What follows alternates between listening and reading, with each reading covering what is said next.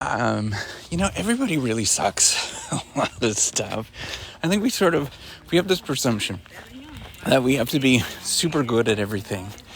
And the basic story behind almost all of the stuff, if you were to go to business school or if you were to get an education, they'd always focus on performance and doing well and being successful.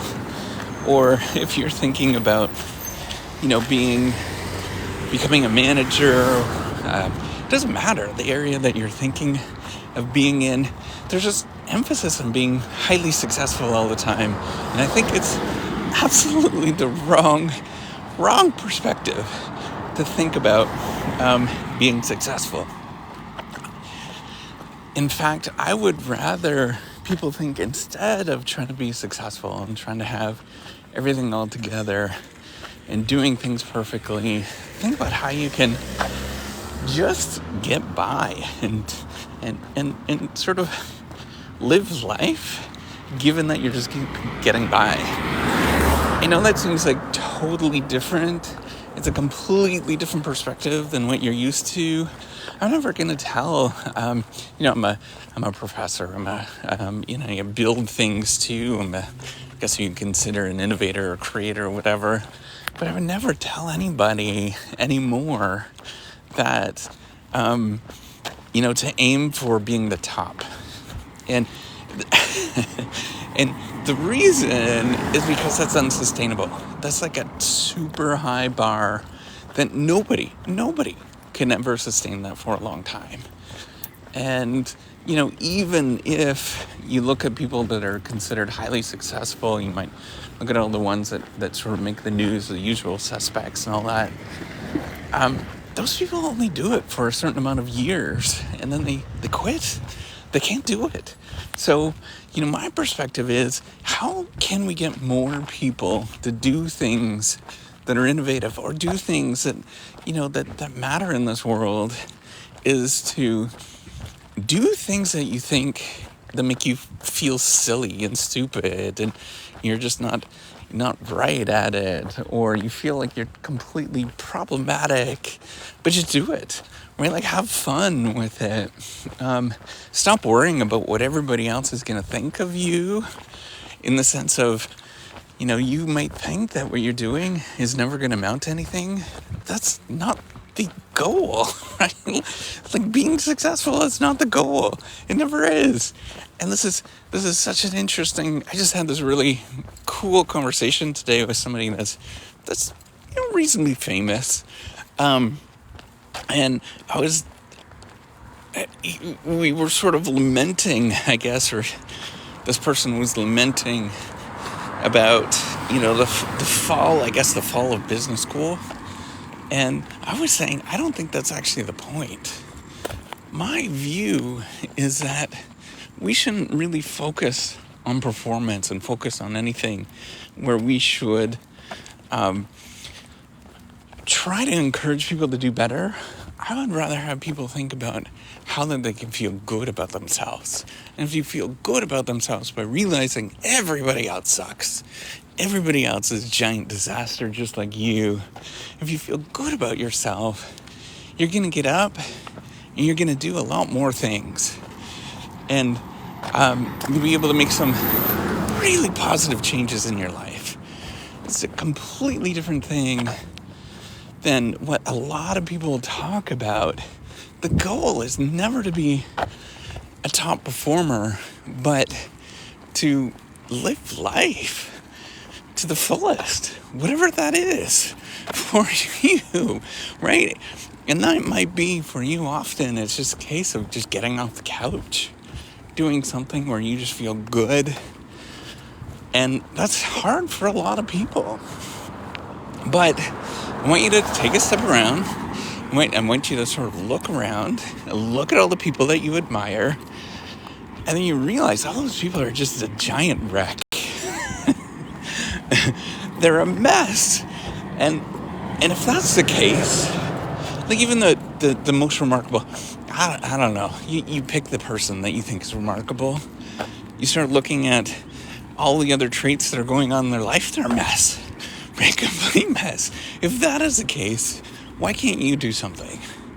Like, why can't you get up and do something and realize that the end goal is not to perform and to do extraordinary well. The end goal is to just be okay. Like, get up and do things. I think that's such an important thing that everybody forgets about.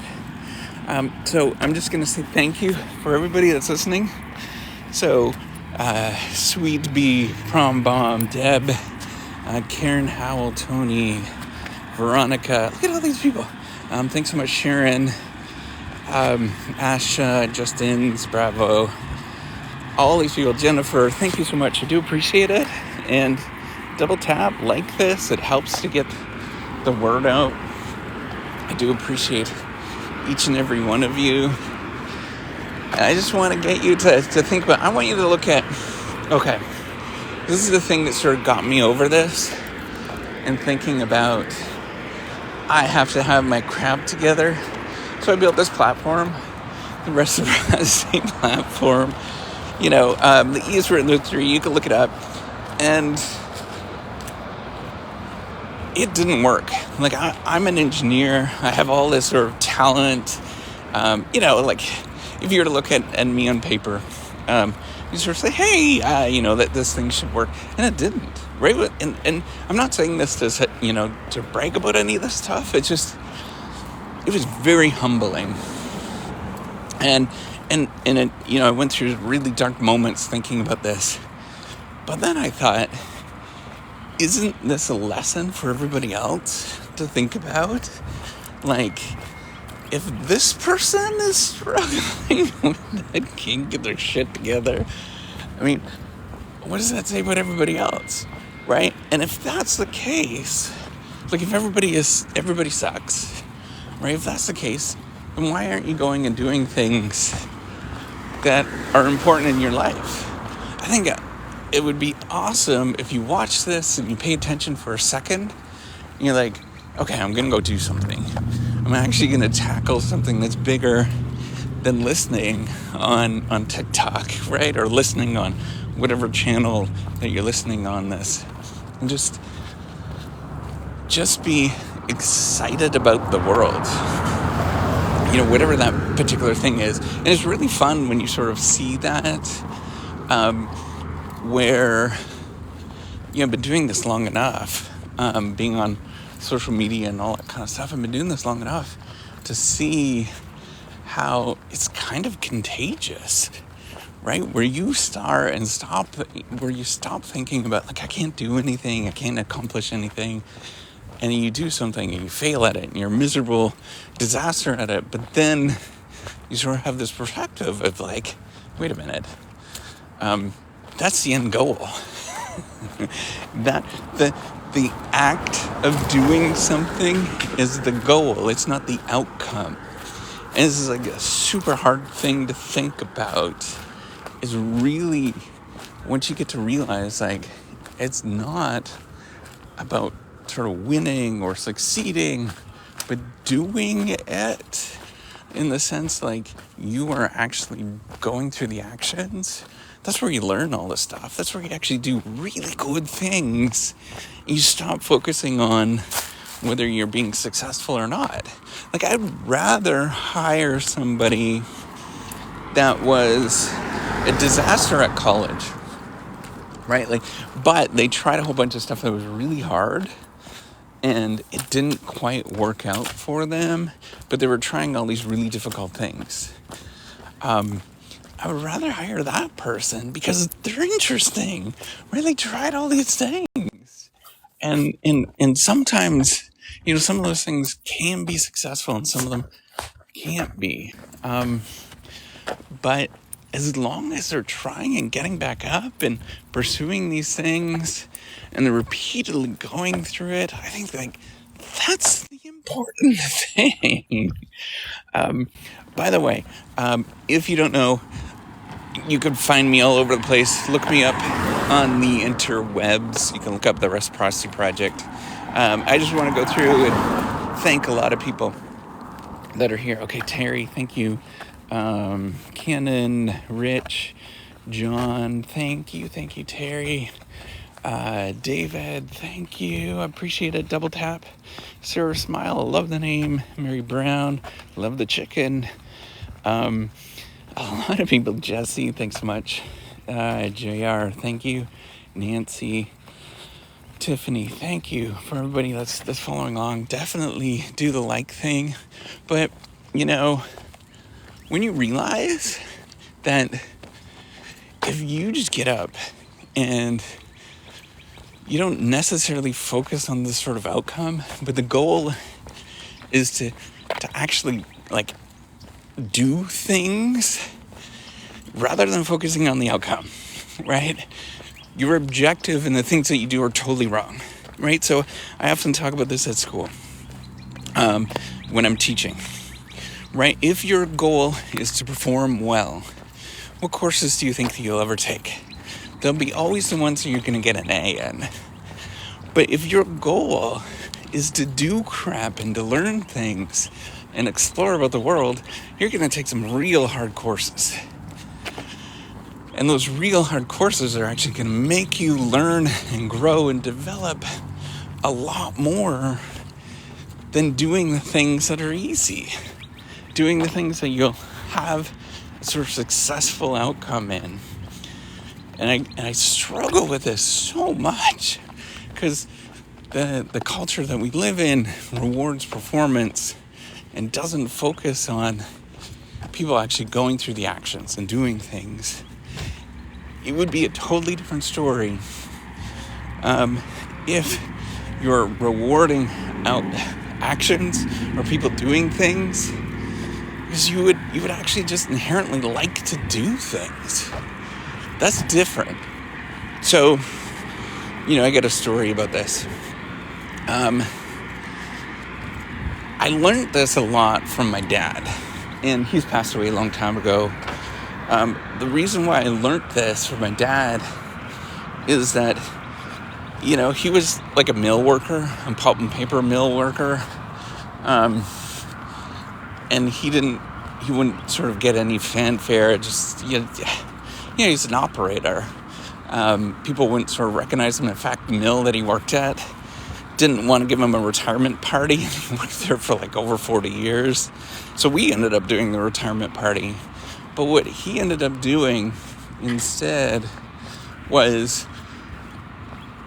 making things at home, like building a garden, puttering around the house, doing things like that were totally not about sort of success and climbing the corporate ladder and all those sort of things that we talk about today, but instead doing things. And the joy that you get from doing things far outweigh often than climbing the corporate ladder and being successful. And it's such a different thing. All right. So I got a couple of comments here. It's nice to see that you're on live. I'm a big fan too. I've seen you so much, Jeff. It's awesome. Sort of fellow person who probably thinks about this stuff far too much. And I just appreciate the fact that you're here. By the way, you can find me all over. I started out on YouTube, but now I'm doing all sorts of social media and stuff. You can, I'm on LinkedIn and all that kind of stuff. But I'm sure you completely understand where I'm coming from. If we simply shift our perspective, instead of focusing on success and doing well, we focus on just simply thinking about how we could do. And I know that this seems really counterintuitive, but the bare minimum, in the sense that your goal, right? So if your expectation, there's a whole bunch of psychology on this. But if your expectation is that you're going to be highly successful, the chance of you becoming highly successful is next to nothing, and it's hard to sustain, and you'll feel like a complete disaster. But if your end goal is to do the bare minimum, and you get out there and you just kind of have fun, and you don't take anything seriously, you're going to want to get up and do this every single day. You're going to want to just enjoy it, right? Like, enjoy the whole process of doing things, building gardens, like what my dad used to do, right? Like do things like that are far more satisfying in the profession that I'm in, and I think that you're in, of just doing things where you're just exploring the world. That's such an important thing. Absolutely. So, and it's not necessarily about consumerism that I'm, thanks so much, Jeff. I do appreciate it. It's not about consumerism, and it's more of the end goal that we're focusing on is success. And the conversations that we always have is success. This is more about thinking of how do we shift it, instead of focusing on this sort of, I'm going to be, highly successful and all that kind of stuff. We just focus on, let's just have some fun. Focusing on the actions of what it means to do things that are fun, that are interesting, right? And if you do that, your presumption is that you're going to fail at almost everything. And if you fail at almost everything that exists because you're doing things that are hard, you're actually going to learn a lot more. And I just, that's such an important part of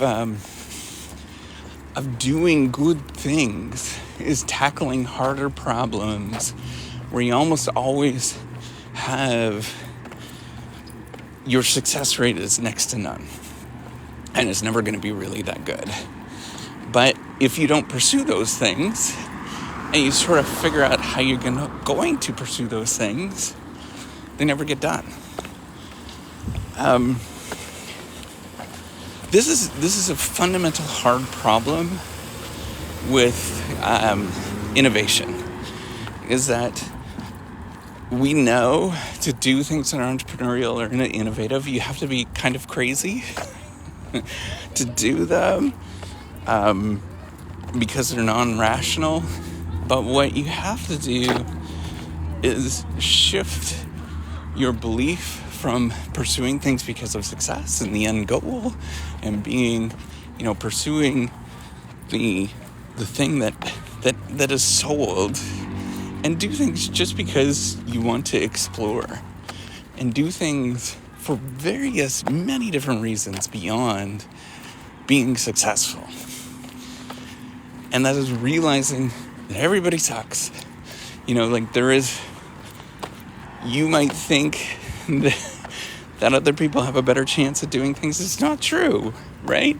There's a lot more other reasons that exist for why people are successful than any individual action or somebody's competency or skill set, that are far more complicated than the sort of the objective that everybody has of success. So I feel, Jeff writes, I feel like as a professor, my goals are to make my students more successful than I am. Yeah, but that's the interesting thing, is that this is pretty altruistic.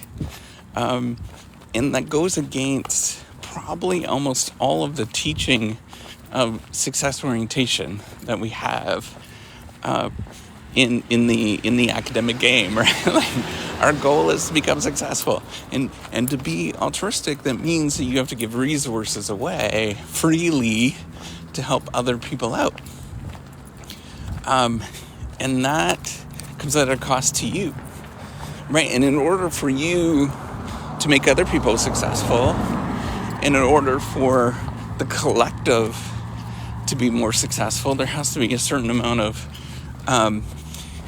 irrationality in the system, right? Where you do things simply because you just care, or that you think are just, good for everything. That is irrational. There's nothing rational. There's nothing. You're not benefiting from that. in any sort of way, in an indirect, is very indirect, that you're going to benefit. And in my experience, is almost, you get no benefit for an extremely long time, right? So your benefit of being altruistic by helping out your students and making sure that they're better off, that benefit that you might get are like 30 years down the road. And that is such a, everybody would say that is completely irrational. The best video, the best movie for this, Jeff, is Mr. Holland's Opus. And it has nothing to do with, professor life, but it has everything to do with education life. Or Mr. Holland's Opus, I don't know if you've seen this, is his Disney movie. He gives up his entire career to become a teacher, a music teacher. And, eventually at the end of the movie, the school cuts the music program. And then he comes out of it just feeling like, I didn't do anything. And the last scene, and this is, dramatized clearly, the last scene is where the whole community comes together and shows that who he affected. Now, the thing that is unrealistic is that's never going to happen. If you haven't seen it, you got to watch it. It is, I think it's on Disney Plus. I just watched it very recently in the last couple of years, about 2 or 3 years ago, but I watched it when I was a kid. Now I see it totally differently now, of just like the perspective of seeing the world totally in this altruistic way, requires you to often give more than is ever rational, right? So that Mr. Holland's Opus, or Mr. Holland's, he just gave indefinitely. And you kind of have to do that in education. I think we're missing this conversation a lot in much of what we actually do and is taught in popular culture today, where everything is focused on success and rationality and doing things to get ahead. Or instead, we have to say, hey, there's things that are actually just right, and things that are important that have nothing to do with success. And we should be pursuing those particular things instead, which means they come at a cost. Doing things, a lot of companies do things that are good for, I don't know, you name it, people, the environment, all those kind of things. They come at a cost. And you have to prioritize that, and you say, well, that's the thing, right? That is a cost. That is important. I don't know, that's my thoughts. I just want to go through and say thank you to everybody else who's here, that keeps popping in. Agnew, Theotius, Vox, thank you. I'm a pretty price. All these people, thank you so much for being here. I do appreciate it. That's it. I just wanted to touch base and say it's nice to get to know. It's kind of weird to get to know people virtually, but thanks. Thanks, Jeff. I do appreciate it that you're here, and everybody else. It's cool. Hopefully, I'm hoping. Hey, I'm just looking at this. I didn't know that you understand psychology, so you probably understand some of the stuff that I'm talking about. In terms of, it's a totally different thing. And I stumbled into this kind of more positive psychology stuff. I kind of stumbled into it from just really being dark with a lot of things. And because I'm trained as an engineer, went to business school, didn't believe in a lot of that kind of stuff, but I truly believe in it now. It's totally different in terms of understanding. I see the world completely differently than what I used to, because I think you do need to have your rationality. And that irrationality has to do with the, things that I choose to look at the world in a positive way. And that is irrational. We know that is irrational. To always view the world in a positive way. But if that's the case, I'm happy to take that medication. I think that is a healthy medication to view the world positively, rather than viewing it as it is. I don't know. That's just my thoughts. So, okay, biopsych. But you kind of know where I'm coming from, though, right? Like, this is, if you view it as the world as a disinterested scientist observer, you end up having a neutral to a very negative view of the world. Because science is hard. There's a lot that we sort of tease apart.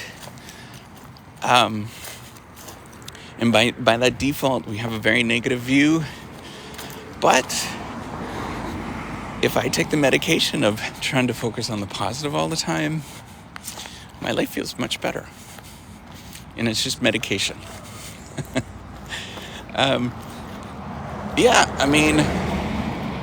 It could create an environment where positive things will happen. It could, I guess, but I also think that the world is far more complicated than that, and what I think is positive is probably not positive for other people. It's just really complicated, but I just choose to feel good. I think that's ultimately what I do, and there's no good psychology about any of this kind of stuff other than the positive psychology stuff, and a lot of people would question it. I don't know. I wish that I treat this more as medication more than anything, and it sure as hell has made a great effect on my life of just, why not, right? Like, I could choose to see the world as it is, and then it's a distribution. That there's positive and negatives, but I tend to focus very negatively then. But if I just simply say, I'm going to delude myself, and I'm going to focus on just like listening to the birds, or listening to, or just all the great things that exist in this world, which there's a lot of great things. I'm going to feel good, and that's just simply medication at the end of the day. That's free medication. That I'm deluding myself for sure to think in that kind of way, and it's hard to think like that. It takes unbelievable amount of practice. It takes me speaking out loud to a damn cell phone. That is crazy, right? Like, the neighbors are looking at me for sure if they're to see me, and it's like it's just bizarre, but it makes me feel good, and hopefully other people feel good by looking at this as well. So it is absolutely. It's one of the many bennies of being a professor. So I kind of disagree with that, because actually being a professor is a very lonely profession. And I stumbled into this doing all of this because I wasn't satisfied. I wasn't happy with being a professor. I can't sit there and be in my office all of the time. It's such a lonely thing. So I have to delude myself to feel happy, to build things, to find other things. Building the reciprocity platform is really important to me, because it is my outlet. It's my Benny. Okay, so I just wanted to say, let me think. Let me just Le Petit, thank you. Bill Richmond, thank you. Again, maybe one day I'll meet you in person, Jeff. It's very nice to get to meet you and everybody else that's here. I just wanted to say thank you for following along. It's cool to get to know so many people that are out there. So thank you. All right. All right, guys. I'm gonna go. I gotta get going. All right. Take care.